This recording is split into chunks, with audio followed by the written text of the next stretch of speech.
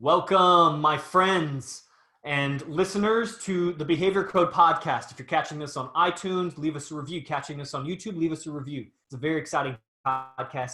I'm interviewing graduates and alumni of a particular prestigious program called the Messengers. It was originally called Tabiat. Tabiat is a Persian word that means nature, and now it's called the Messengers. And Messengers maybe isn't the most exotic title. That's why this podcast is not titled The Messengers. It's titled The Behavior Code. That's more eliciting of your thoughts, your imagination about what is the behavior code. It makes sense, but like, what am I meaning? And this is the behavior of humans on humans, communication, interactions between humans. And this is the technology of the future, which is the episode title for this, the technology of the future. Machines are taking over everything, and your thoughts are in control of those. Ultimately, even if it's your fingers on a keypad typing instructions, your thoughts came first. And the movers of material on Earth, what moves the material on Earth is your thoughts that become your communication. The technology of now and the future's communication, and this program called the Messengers, is to amplify your natural human superpower to communicate. This is why you dominate the animal kingdom, through your communication. And it's not just you, it's the whole human race dominates the animal kingdom because we communicate with each other. We have this whole dictionary of communication to transmit a lot of knowledge. The people that are better at this are going to do better. That you spend a lot of time getting good at this skill or that skill, and we're going to get into it. That communication is the skill you want to really get better. And I'm going to be interviewing right now one of the graduates of this program, and he's gone to the live event twice. He's gone to the extension event multiple times. Extension means online. And this is a very prestigious program from Arash Dibazar. You can look up who that is at arashzepar.com. I'll put the link under this.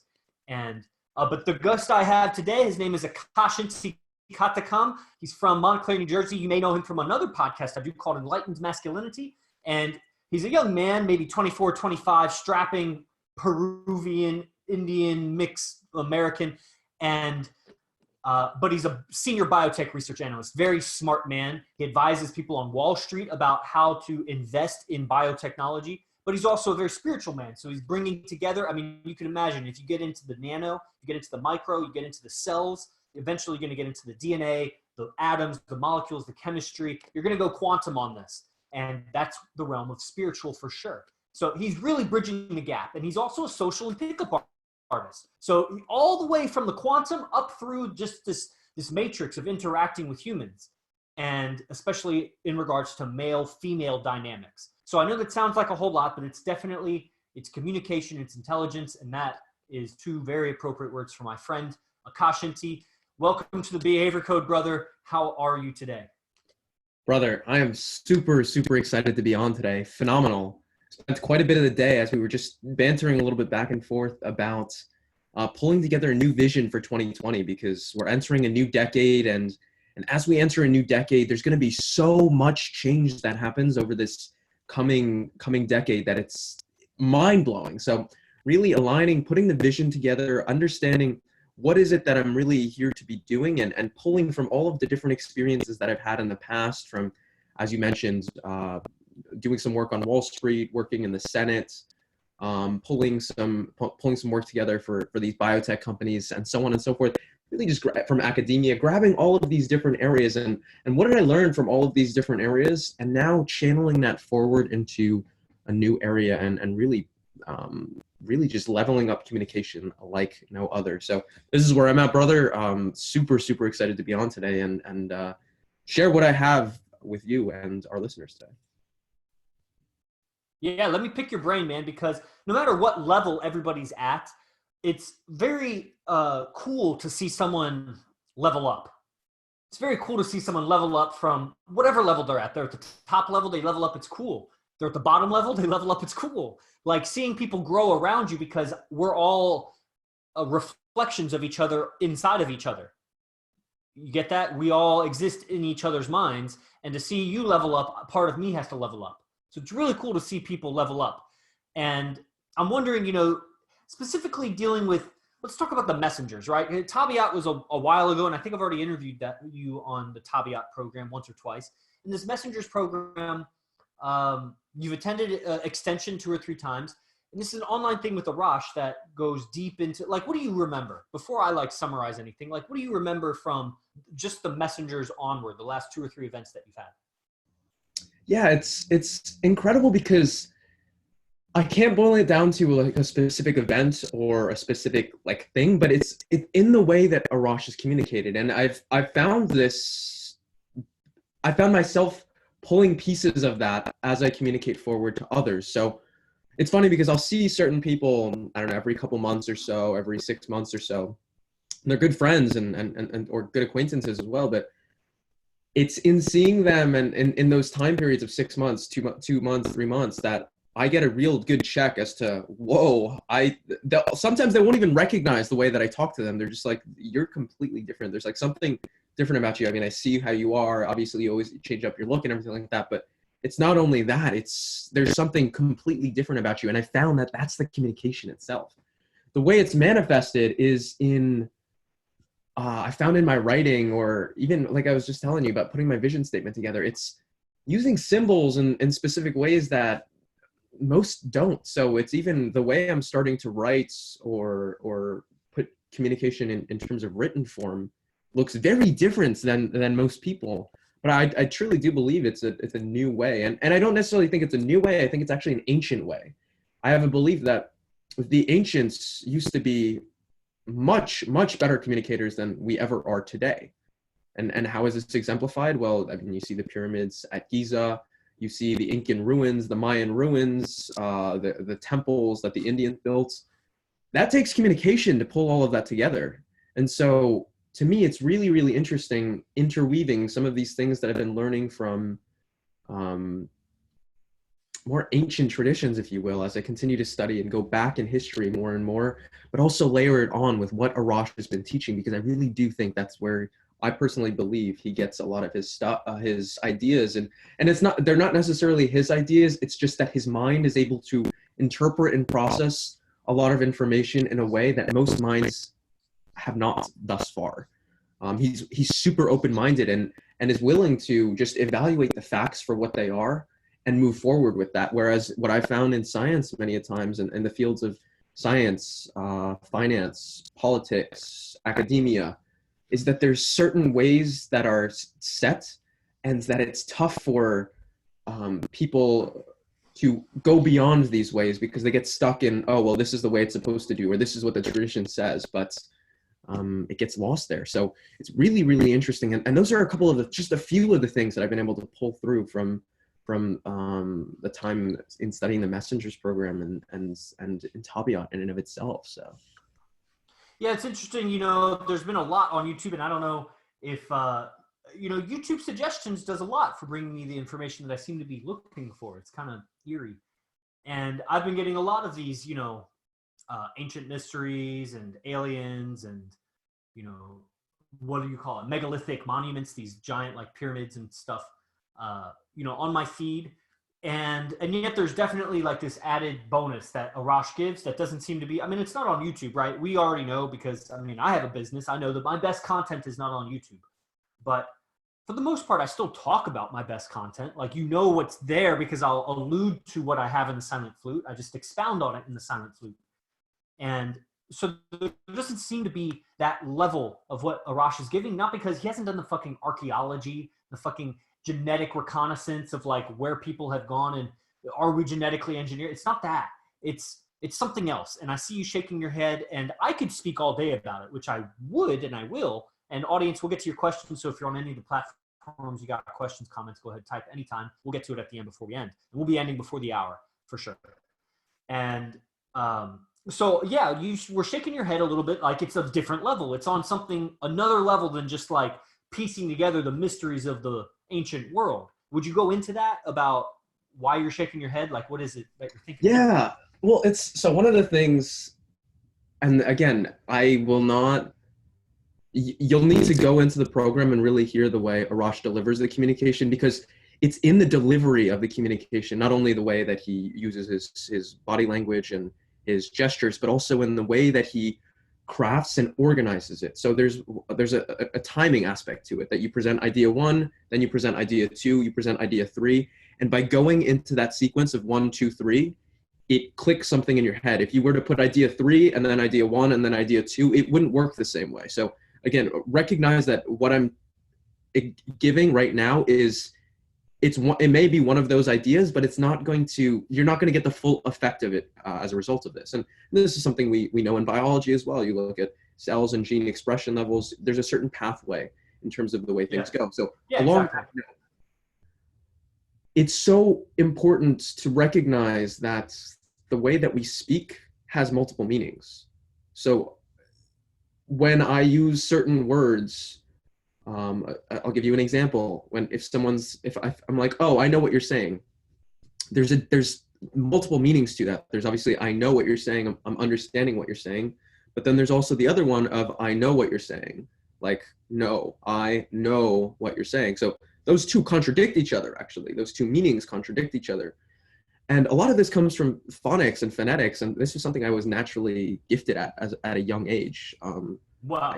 I remember my mom telling me, she's like, yeah, dude, you've just been killing it at phonics pretty much your whole life. Man.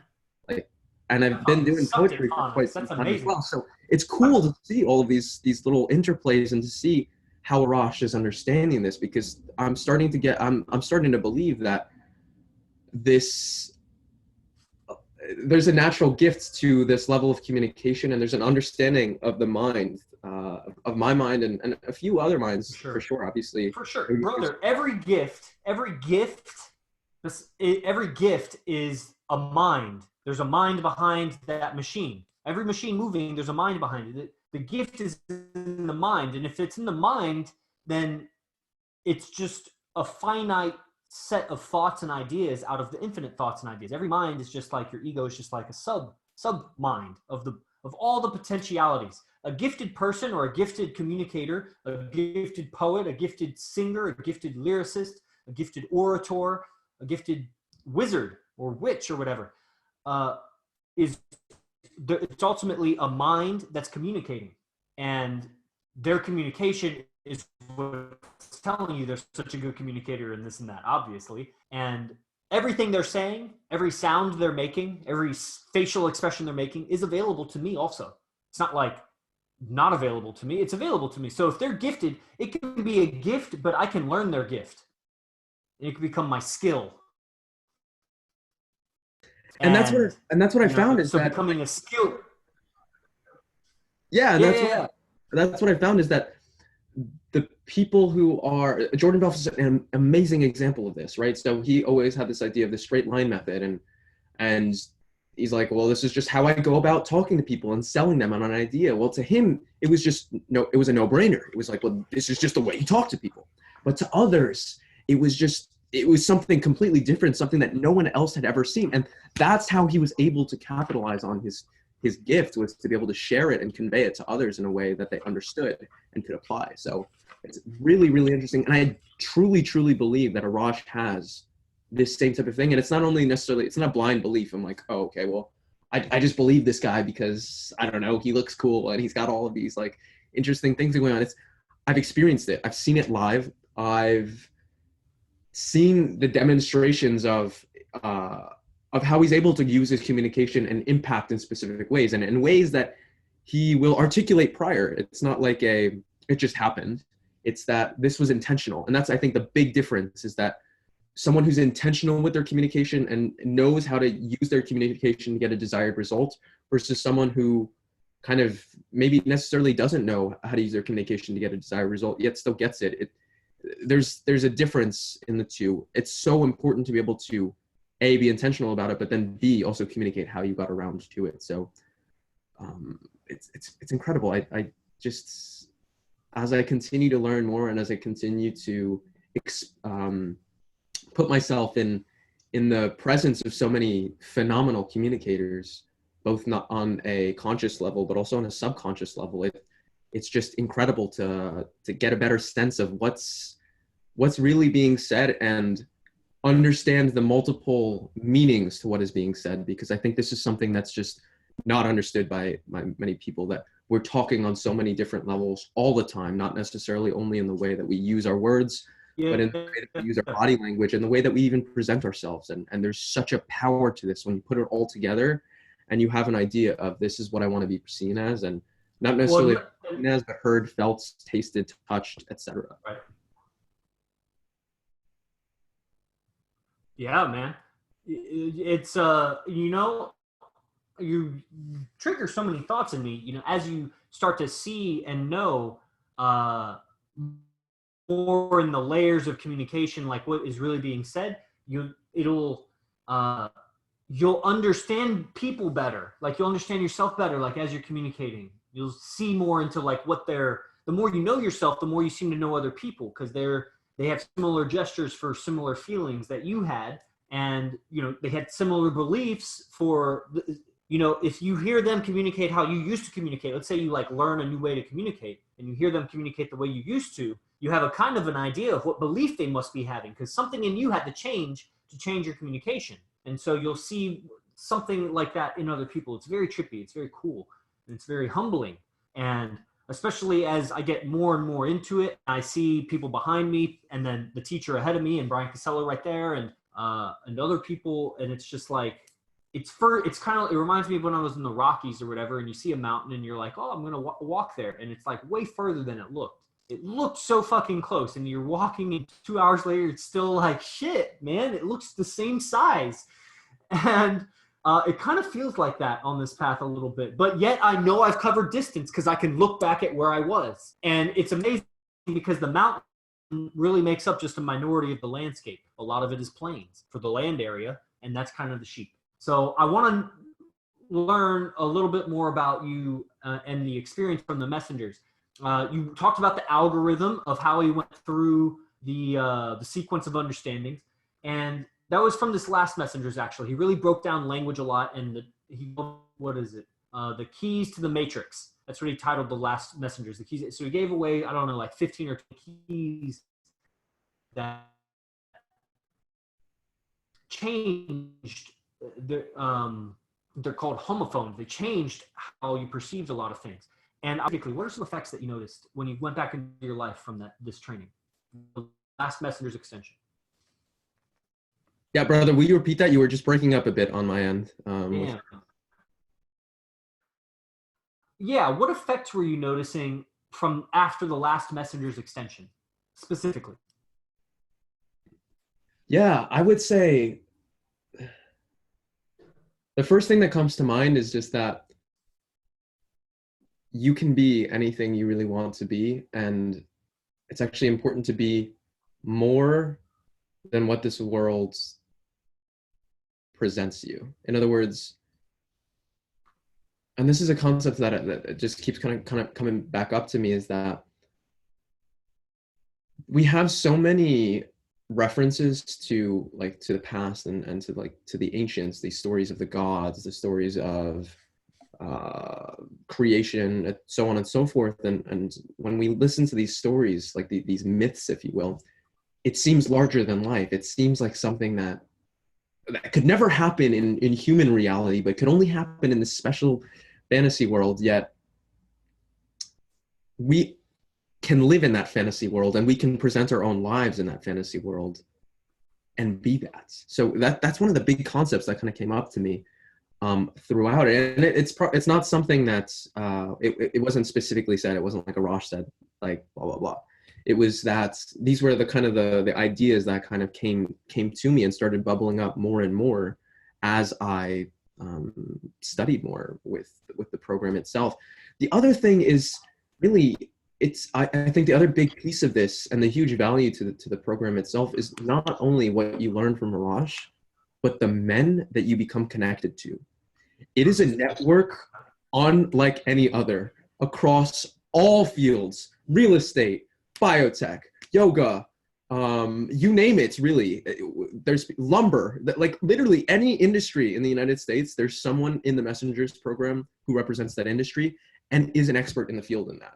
And it's so incredible to be able to have access to a network like that, because that is a true mastermind group. And I can talk to these men as if they're my brothers, because they've understood communication at a very, or they studied communication at the same level. And these men know how to relate to each other and know how to not like stomp on each other's feet and be like assholes to each other, but rather they're men at the top of their field and know how to work in conjunction with each other to be able to get something greater done. And I know there's going to be something very, very powerful coming out of the Messengers group over the next decade for sure, but over this lifetime for sure. No doubt about it. No doubt about it at all. And I think the Messengers are totally changing the face of the earth. Completely. And it's because it's bringing together so many brilliant minds from so many different fields. And that's unlike anything else. Really, it's unlike anything else that I've ever experienced in my life. And I've been around. I've told you, Yogi, cool. I've seen so many different high-level areas, government, business, academia, etc. I've seen all of these different areas. And from my experience, I've never experienced anything the way I have with the Messengers and the way it's able to bring such high-level men together in a way that they're able to coordinate with each other, raise each other up, hold each other to even a higher standard than before, and inspire each other to be even greater than they are. It really is incredible. For sure. Yeah, it's definitely the, what you have, first of all,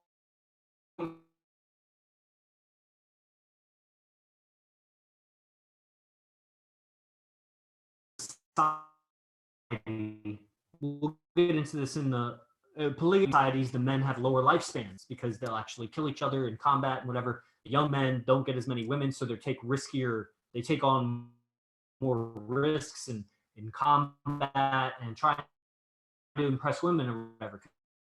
They don't have enough resources to attract one, so they attract them with their bravery and oh man, it's skipping a bit. Okay, well anyway, yeah. So the communal experience of, I'm wondering, when you go back into your life, because you've been doing these trainings so often, it's probably maybe challenging to remember like what it was like before you started Tabiat, before you started Messengers. But could you give us a glimpse as to what are the leaps that maybe you've taken in your evolution from all the way from the first Tabiat back in last March, I believe it was, and you've done like 6 or 7 major events with Arash since then. What are some leaps that you can notice that you would be like, that event I achieved this event I had that, this or that, like, because I know it's in you. You see it. You're recalling it right now. Yeah, that's incredible, brother. I'd say so. I vividly remember when I first met Arash, and I don't remember. I spoke about this maybe a couple of days ago on my Instagram, but I vividly remember when I was going to sign up for mentorship. And at the time, I mean, it was $1,000 a month for mentorship.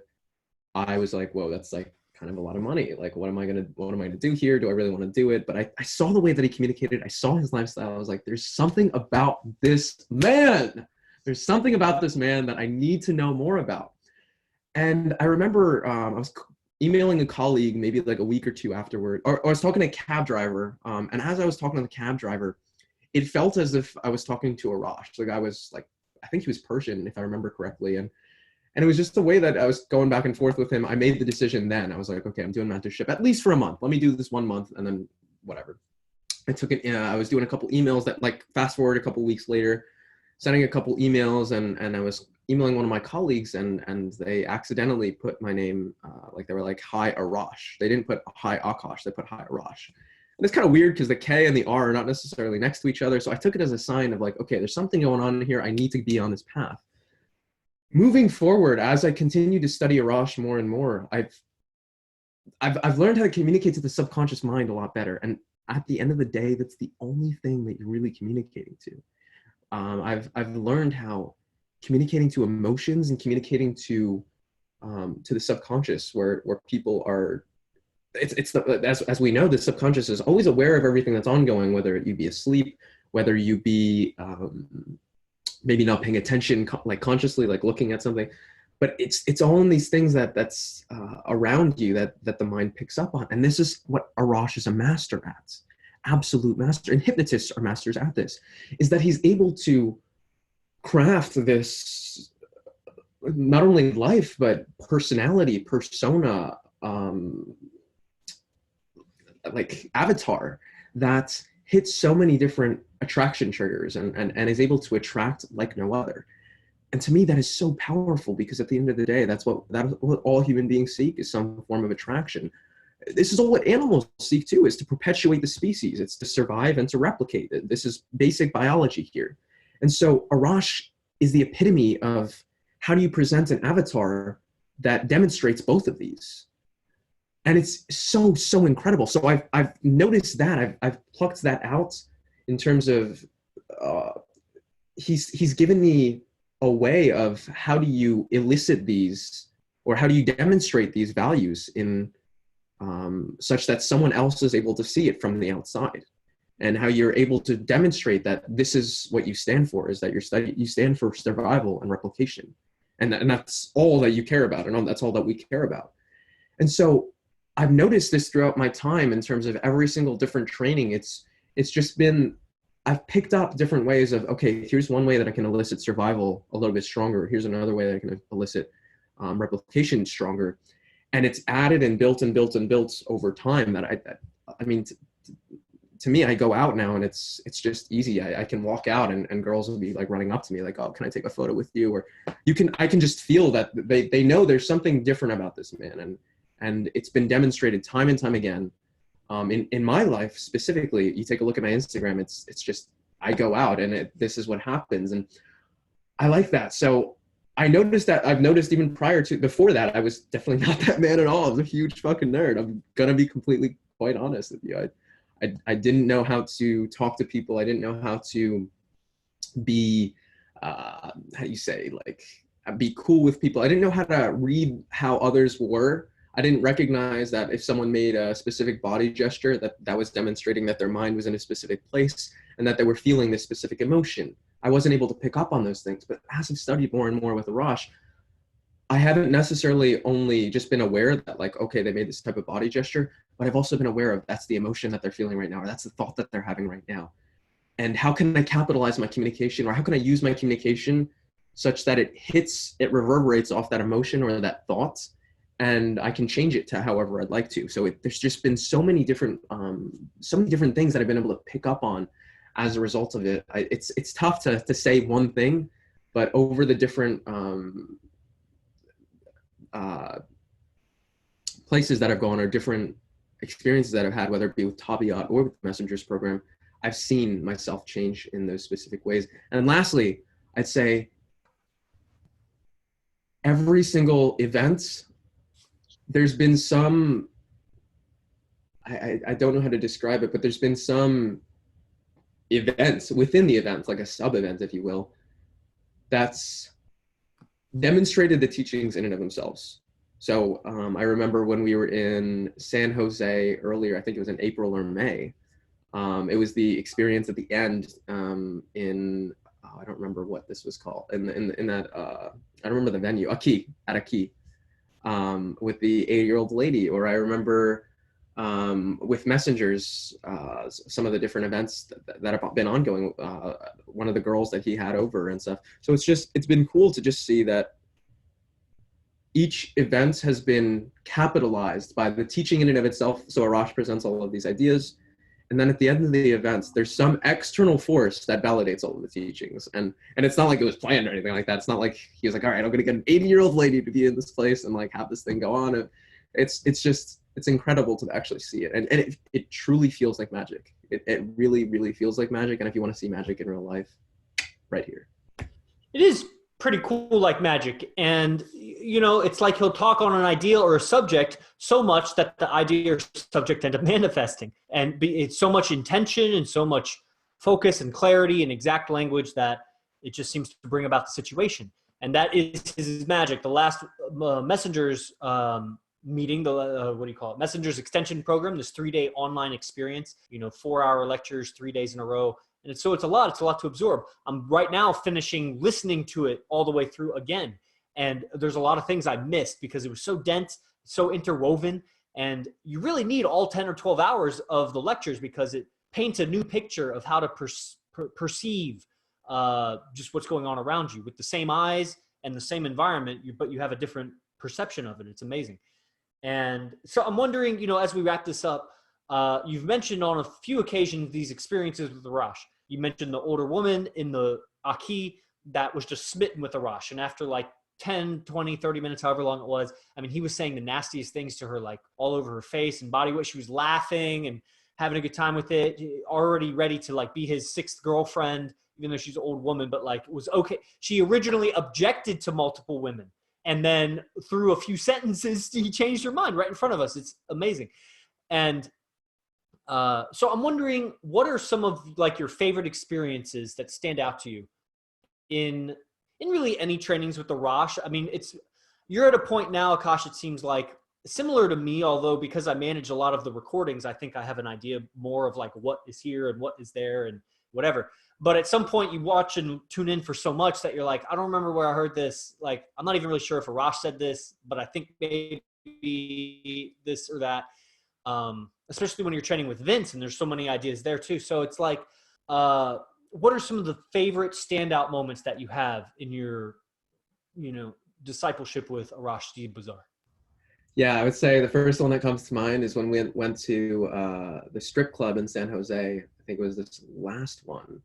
I remember Jay Sussy was there, BC, you, Pete Kirkwood, and I think there was one more. Not coming to me mind right now. But so one thing was, how does a group of alpha men show up to a strip club, and how do they conduct themselves? And that is so cool, because that is not an experience that I've ever had in my life prior. And I really don't think that that'll be an experience that I have with those specific, obviously with those, actually I will have that experience with you guys in the future, but it's that first time of seeing the way things are meant to be, and the way that the male is to present himself in the presence of females, and not only one male, but a group of men.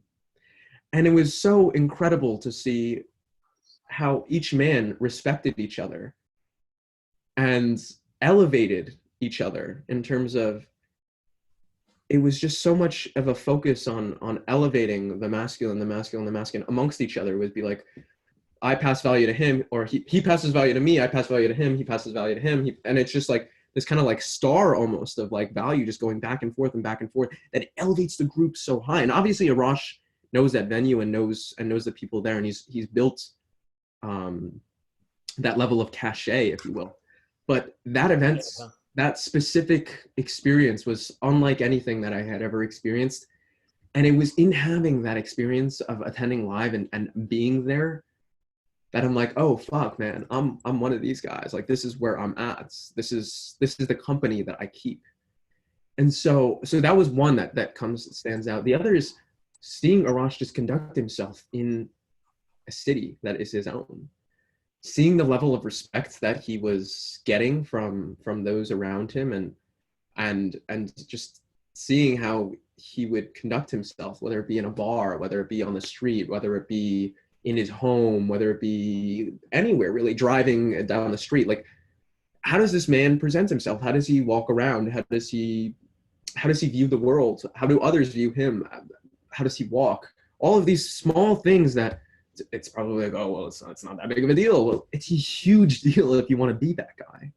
And so to have that reference and have that experience of walking beside him, and to be able to put your own eyes in his body and see life from his eyes, that is such a valuable experience in and of itself, being live. That was one of the biggest things that I so I'm grateful for, having that live experience and having him explain what is he doing and why is he doing it in specific ways. So those are two specific experiences that really... Let me interject here. Exactly. Those two experiences. And I want to ask you some more on those, because that's great. It seems like one is you admire Arash, who he is so much because of his lifestyle, that you want to see life through his eyes. Am I right? Yeah. So that's why that's important, because it's not just see it through a bum's eyes, see it through the cashier's eyes, see it through someone else's eyes. It's not be the ability to see through other people's eyes. It's whose eyes are you looking for, right? Or looking through, right? And then the other thing is the bonding and the tribe, the group of guys that aren't what you called derogating each other. They're not cutting each other down to make themselves more attractive to potential mates. And I want to ask you, do you think that, because I agree with that phenomenon, and that always happens around Arash, which is why I'm asking this question. Do you think that's because of the strong tribal leader that all the men organized like that? Yes, completely. It's that was the other thing, was like, I knew that in the presence of Arash, this is his city. I know that we're covered. We'll be okay. In other words, we could be at complete ease because we knew that anything that needed to be handled would be handled by this tribal leader. And that is something that many men don't have in order. And I experienced this even in Montclair. There's a couple men around here that they know everyone. You go to any bar with them, you go to any venue with them, so on and so forth. They know everyone. All the girls will run up to them, give them big hugs, and so on and so forth. And so I've noticed that it's that. So not only with Arash in that one experience, but I've also noticed it in other experiences in my own city over here, to be able to see how are these men conducting themselves. But now I have the reference of what are these eyes looking at? What are they seeing? What are they hearing? What is this mind thinking? What is this mind thinking? That's the most important one. Let me ask you, because if you see other men doing that, let's say in Montclair or in the thereabouts, what makes you just not go and ask those men what they're seeing? Like, why, if you're seeing other men do it, I want to know, what's the distinction between like Arash and these guys if they're also doing it in your mind? Yeah. So, I mean, I think one is, and the one that stands out in and of itself, is that, so they know all these people, they conduct themselves well, yet at the same time, they don't have 5 girlfriends who are absolutely beautiful. And I think that's a huge thing. So in and of itself is that. 2, it's the level of study that Arash has put into this. I mean, it's a no-brainer. If I put Arash up against some of these guys, it's just no contest. It's really no contest. No contest at all. That he's able to, like I said, elicit survival and replication so well. A lot of these guys elicit survival really well, but they don't elicit replication really well. In other words, they'll have girls run up to them and stuff, but then there's certain things that they'll do, certain habits that they'll have, behaviors that are uncalibrated with the behavior code in and of itself. And so that's really the big one. It's just, and the last one I'd say is the mindset, and most important one is the mindset, is that, these guys, they don't carry themselves with the dedication to the level of spirituality that I've seen Arash has. And they'll be spiritual in some aspects. They'll be making good money in certain ways. They'll have some cute girls around, but they're not able to consistently be aligned with that code. And that's not to say that Arash is always aligned with the code, because obviously he's a student as much as he is a teacher, but he's the one who's been able to do this the best thus far. And that's what makes the distinction, is that it's by demonstrating consistently and to be able to do and study this on such a high level and really continue with it, that is just unparalleled in my experience specifically.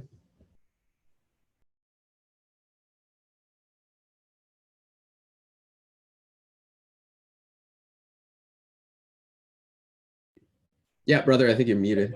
Yeah, man. I think my connection is kind of cutting out, so I don't want to say too much because I don't want to, if it's bad audio. I got most of that, and I'm definitely going to rewatch the recording because I think there was a lot of gold there at the end. And, and man, I even had a great question, but then it cut out, this distinction, eliciting or soliciting the replication value, the mindset, and, oh man, I had something really, really good. Well, anyway, it's been really exciting having you on.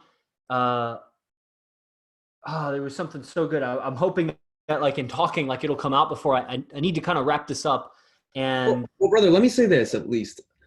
For those of you who are on the fence about this whole messengers thing, or who are on the fence about, like, is it really worth that much money, or am I really going to learn anything from here? Like, I've watched all of his YouTube stuff. I've been on Love Spell maybe. I've gotten a couple of his programs. I mean, if you've gotten a couple of his programs, this should be a duh to you. Like, it's like, well, you've seen the level of communication that he's had already.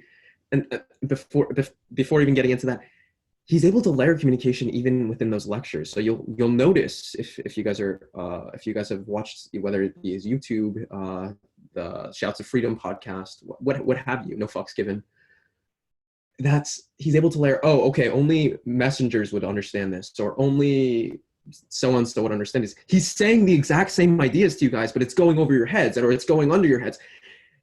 All of the information is in the free stuff, but it's until you get these finer levels of communication that you're able to actually pluck it out. So that's one of the coolest things to me, is that he can deliver to so many different people and so many different, if you will, tiers of people through the same communication, and all of these different people will get different understandings of it. That is incredible to me, because you're sending the exact same message to everyone, but you're able to tailor it to specific individuals through the way that you communicate in and of itself. So if you guys are really on the fence about this, I mean, I figured out a way to get the money, and to me, that was another big thing. Yogi Chris was to be able to manifest the amount of money that was necessary to move forward in these programs. That in and of itself leveled me up. I remember at the snap of my fingers, once I was able to, okay, like maybe I started slowly getting the idea of, okay, I want to do this. I don't know, I'm going a little back and forth. And then I was like, no, you know what, fuck it, I'm really going to do it. Then all of a sudden, I found the way to get the money. I got the money. And then at light speed, literally at light speed, a lot of the information that he was teaching just, I was just like, boom, boom, boom, boom. Like imagine like 50 bullets, like from a Tommy gun just being shot at you. That's all the information that starts getting hit at you when you start to really integrate it and start living it. There's something about just taking that risk and knowing that I'm going to make this happen. That it's just, you integrate all of this information, and it's through integrating that information that you're actually going to make the money back, and not only make the money back, but make more than it. So I just needed to insert that little bit in as well for those who are like, oh, I don't know if I can do this, or so on and so forth. Figure a way out, because that's the only way. It's true. And that was a substantial, I mean, that was a $25,000 chunk of change for you. And I've noticed actually yesterday or day before, I looked at my bank account and I'm like, man, I got a lot of money. Where's this coming from? Because I have the same spending habits, but I changed my earning habits because of the last Messengers event. So that was really beautiful. Thank you, everybody, if you're at this point, for being patient with the connection. And so we're going to end it gracefully. You can catch this every Tuesday at 5 p.m. Pacific. This is called The Behavior Code, iTunes, wherever you're catching us, leave us a review. If you're interested in the messengers, there's a way to contact me that's below. And you can also find Akash Inti on Instagram. I'll have that link below also, but you can search for it, Akash with an AKASHINTI. And you know me, Yoga Bliss Chris. Anyway, this is Yogi Chris saying namaste to you all. Wholeness and connection and integration to you all. Namaste.